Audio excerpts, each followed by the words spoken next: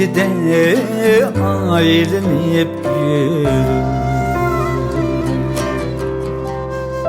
Çıraylık içilgan bir gülni gördüm.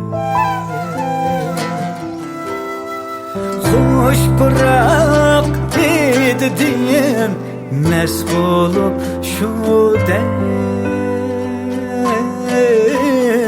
mest bulup şu dem.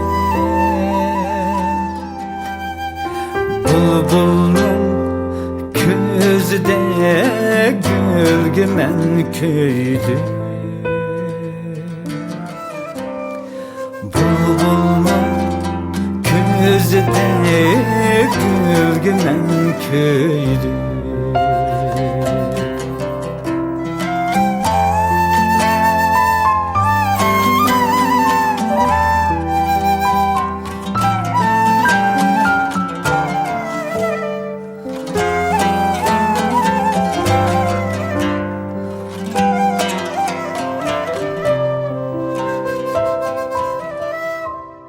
Porekler içilse bağda kızıl gül,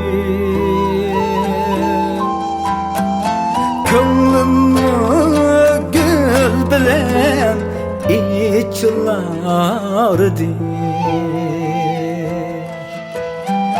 Renk çimelle seyle kılsam mı, seyle kılsam mı? Takatla şu gülge meylim vardı. Takatla şu gülge meylim vardı.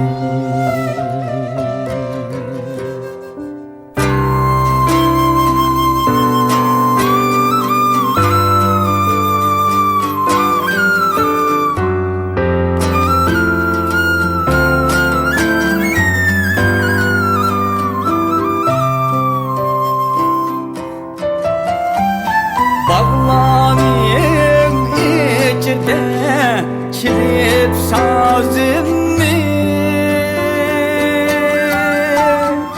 bulbuldek sayırdım Mecnun elden. Bir günü dünyada hoşlaşar bulsam, hoşlaşar bulsam, koyunla elmeni şu gültüde, koyunla elmeni şu gültüde. Bir günü dünyada hoşlaşar bulsam, hoşlaşar bulsam, koyunla elmini şu gültüde, koyunla dostlarım kızıl gül tüyede.